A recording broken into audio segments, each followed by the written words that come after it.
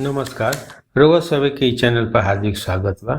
यहाँ भोजपुरी माटी के मिठास, किताब के समीक्षा आ जिंदगी खातिर बढ़िया सुझाव मिलेला। आज हमनी के चर्चा करब जाए एगो बहुत चित्रित आ प्रेरणादायक किताब पर, द सीक्रेट।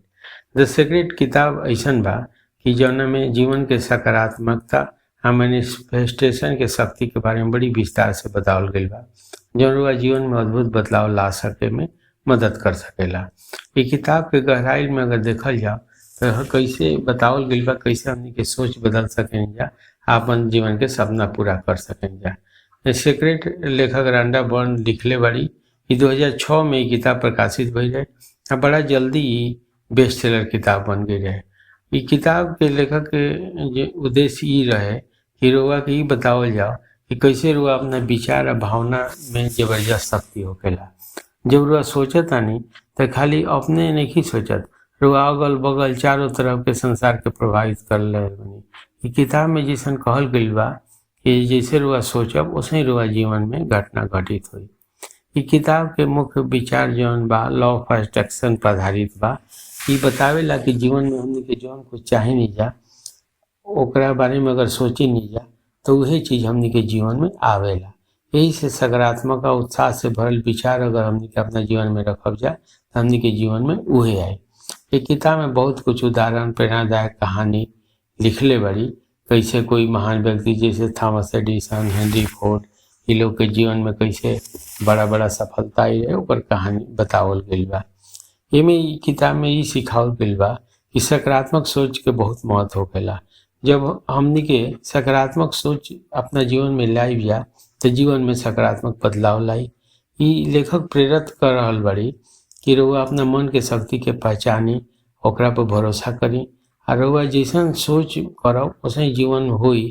तो काहे ना हमनी के अच्छा सोचे के प्रयास करे के चाहिए हमेशा, काहे कि सोचला के ताकत बहुत बेजोड़ बा।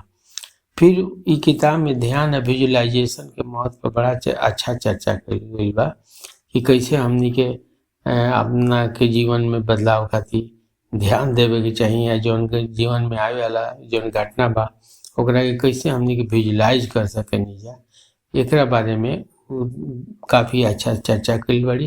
जेकरा से मानसिक हमनी के क्षमता ऊर्जा में बहुत बदलाव आवेला आ जीवन लक्ष्य के तरफ आगे बढ़ेला।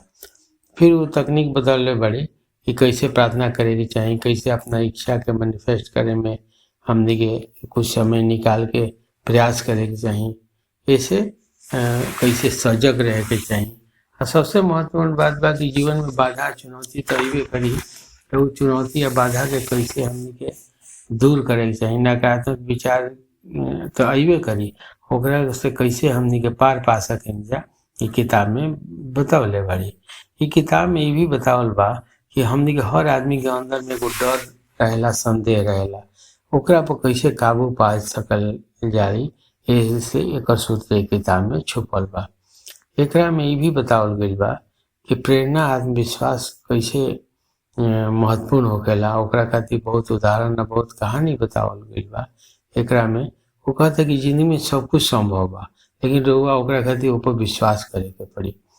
फिर ये किताब में अगर मूल रूप से देखल जाओ तो ये सीखे खातिर बहुत सुंदर किताब बा, प्रेरणा के दृष्टिकोण से भी और जीवन के एक नया दृष्टिकोण से जिए खातिर भी। ये किताब पढ़ के हमनी के अपन बेहतरी शक्ति के विकास कर सकेनी जा, सकारात्मक ला सकेनी जा। आज जौन भी समस्या नकारात्मक विचार बा ओकरा पर हमनी के ध्यान दे सकेनी जा, ऊपर कंट्रोल कर सकेनी जा। ये किताब खाली आत्मविश्वास ही ना बढ़ाई, जैसे हमनी के जीवन में सकारात्मक बदलाव लावे में भी बहुत मदद करी। तो आशा करब कि रउआ सब ये किताब के जरूर पढ़े के कोशिश करब जा, ताकि इससे रउआ सब फायदा मिली, अपन जिंदगी के चुनौती के रउआ सब सामना कर सकेनी जा। आ एक किताब में जौन छुपल संकेत बा उससे जीवन के बदले में रउआ सबके बहुत मदद मिल सकेला। यहाँ तक रउआ सब सुनी, बहुत आभार, धन्यवाद, प्रणाम।